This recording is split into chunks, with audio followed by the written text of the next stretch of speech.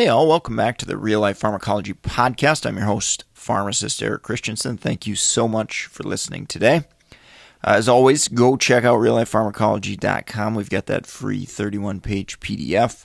It's a no-brainer, top 200 study guide. I lay out some of the most important things that you're likely to be tested on in pharmacology courses and board exams and so on and so forth. So simply an email will get you access to that. All right, so the drug of the day today is Darifenacin. Brand name of this medication is Enablix. This is an anticholinergic agent used in the management of overactive bladder. Dosing of this medication is usually just once a day. It is an extended release formulation. Usually 7.5 milligrams once a day, and then can be increased after a couple weeks if needed, up to 15 milligrams once a day.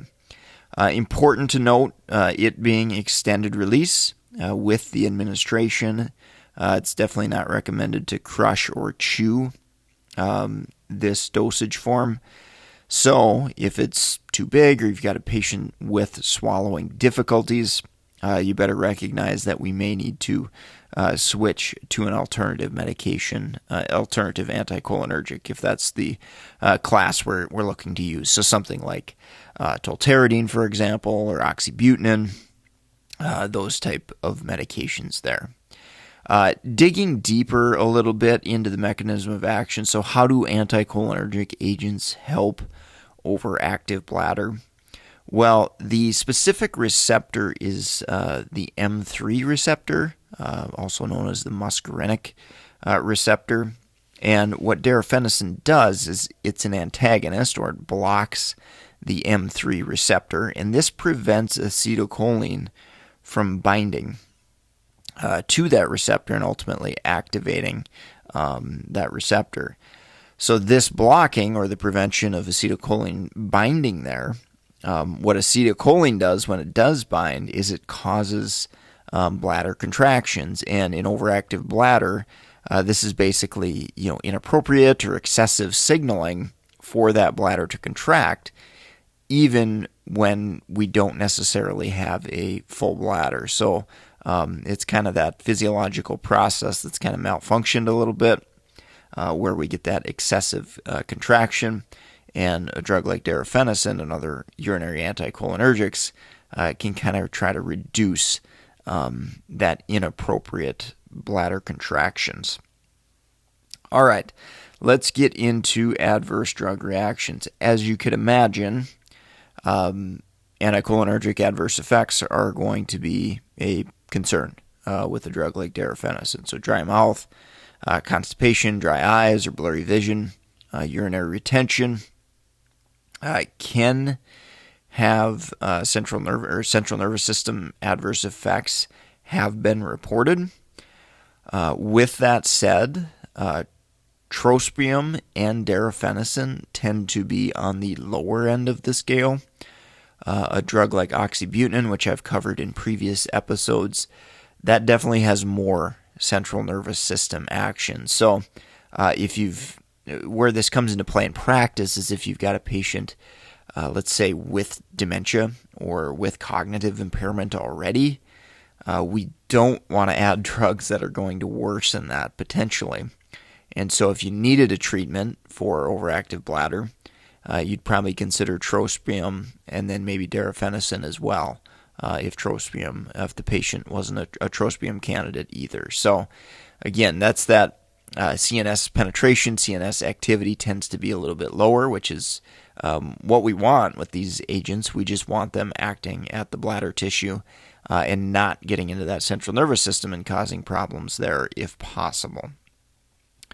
Other rare things as far as adverse drug reactions go, patients may be more susceptible to heat or have heat intolerance. So it usually maybe not quite as big a deal in northern climates, but if you're in southern hotter climates, patients may not be able to tolerate heat quite as well. So that's an important thing to note there. And then rarely anticholinergics can contribute to tachycardia. not something I usually crazy worry about, but if I have a patient that's having issues with that, anticholinergics have been associated with that tachycardia. All right, let's take a quick break from our sponsor, and we'll wrap up with drug interactions. If you're in the market for any pharmacist board certification study material like BCPS, NAPLEX, ambulatory care, BCMTMS, geriatrics, go check out meded101.com/store. We've got a great list of resources, helped thousands of candidates prepare and pass their board exams.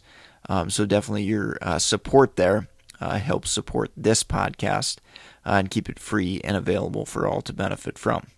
If you're a pharmacy technician, a nurse, PA, nurse practitioner, med student, we've got a ton of resources. I've got Perils of Polypharmacy. That's a great case study book for anyone practicing in geriatrics, whether you're an NP or a physician. We've got Drug Interactions in Primary Care, nice little book that goes over some of the most common drug interactions and issues there. And then we've got a crossword puzzle book for pharmacy technicians. We've got a pharmacology crossword puzzle book if you're studying and preparing for pharmacology exams in school. We've got a nursing pharmacology book as well. So tons of resources all listed, meded101.com/store. All right, let's wrap up with drug interactions. And there are definitely some to pay attention to with darifenacin. So first and foremost, CYP3A4 is a significant pathway of breakdown for darifenacin. So naturally, if we have any drugs that inhibit CYP3A4, that could increase the concentrations of darifenacin and obviously increase the risk for some of those adverse effects like dry mouth and constipation and so on and so forth. So definitely pay attention to that. Kind of classic CYP3A4 inhibitor, grapefruit juice, for example. Those can, again, increase those concentrations of darifenacin. And then we've got darifenacin itself causing CYP2D6 inhibition. So by darifenacin inhibiting CYP2D6, it can increase the concentrations of many, many other medications and ultimately increase the risk for adverse effects and toxicity there. So some common agents that may have their effects increased by darifenacin include some of the antipsychotics, aripiprazole, Haldol, risperidone. Some of the amphetamine derivatives can be affected by this. Tamsulosin concentrations can be increased, doxepin, dextromethorphan, metoprolol, paroxetine. These are all drugs that are broken down by CYP2D6, and with darifenacin's action of inhibiting CYP2D6, concentrations could go up and we could increase the risk for those various toxicities based upon the medication that we're using there. With CYP2D6, I've also got to mention tamoxifen. So tamoxifen is actually a prodrug activated by CYP2D6. So if we block CYP2D6, we're actually going to reduce the potential action of tamoxifen. So remember, tamoxifen is used in the management of breast cancer, which could obviously be a really, really serious thing if we're blunting the effects and benefits of tamoxifen there. So definitely an important one to pay attention there with regards to darifenacin. Other potential drug interactions that I think about, so we've always got to think about the additive effects, particularly with anticholinergic activity. So, a lot of your first generation antihistamines, like diphenhydramine, for example, are highly anticholinergic. They could have additive effects, to that dry mouth, the constipation, the, dry eyes, confusion, drowsiness. Definitely an important class of drugs there when it comes to anticholinergics. Some older skeletal muscle relaxants have some significant anticholinergic activity. Antidepressants like the TCAs, so that's your amitriptyline, your nortriptyline, they're generally pretty highly anticholinergic and could certainly add on to that. Some of the antipsychotics have some anticholinergic activity. Clozapine is one that comes to mind as having higher anticholinergic activity. And some of the first-generation antipsychotics tend to have some anticholinergic properties as well. So again, all additive effects can all make that adverse drug reaction profile a little bit worse there.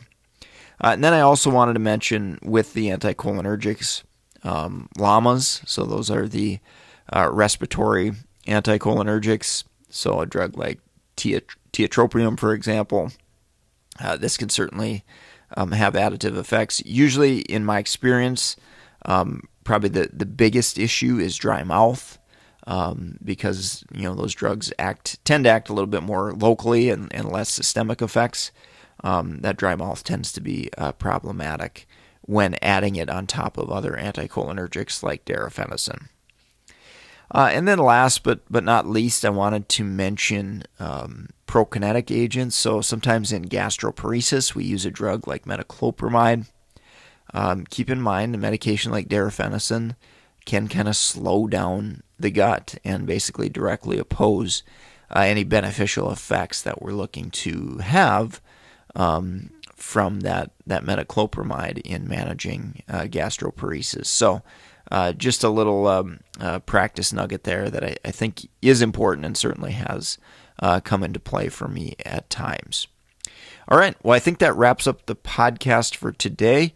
If you have any comments, suggestions, mededucation101@gmail.com.